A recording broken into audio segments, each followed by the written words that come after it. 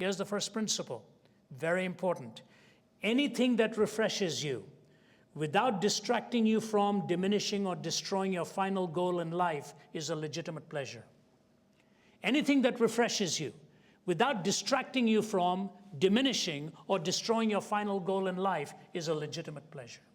When they bent down to drink the water, they for a moment did not think they were doing anything wrong because it was a legitimate thing for them to be doing. Going to battle, take a refreshing drink of water. Now here's the catch in that, my dear friend. How do you know what is legitimate and will not destroy unless you know what life's purpose is first? Do you know, I was born and raised in India. My ancestors were Hindu priests from the highest caste of the Hindu priesthood. I had no interest in religion of any kind. I used to be dragged to church, and the only reason I even memorized the prayer book was that helped me to time how many minutes were left before I would leave.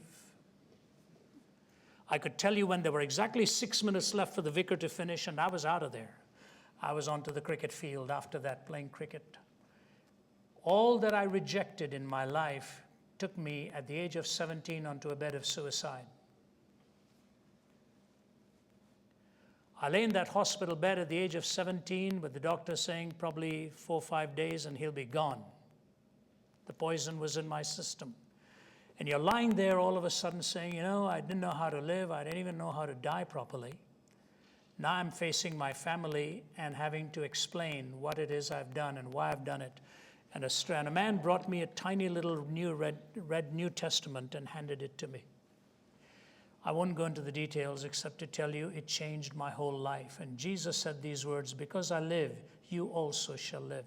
My challenge to you is find out what life is all about, and only then can you define what legitimate and illegitimate pleasure is all about. And so, gentlemen, I want to ask you, the places you go, the websites you navigate, the books you read, the pictures you see, you should ask yourself the question, what am I doing in this situation?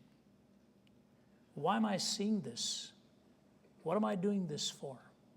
You see, the first cut that injects the blood into the stream, if it is HIV blood you are taking, you don't need to have a transfusion with that blood.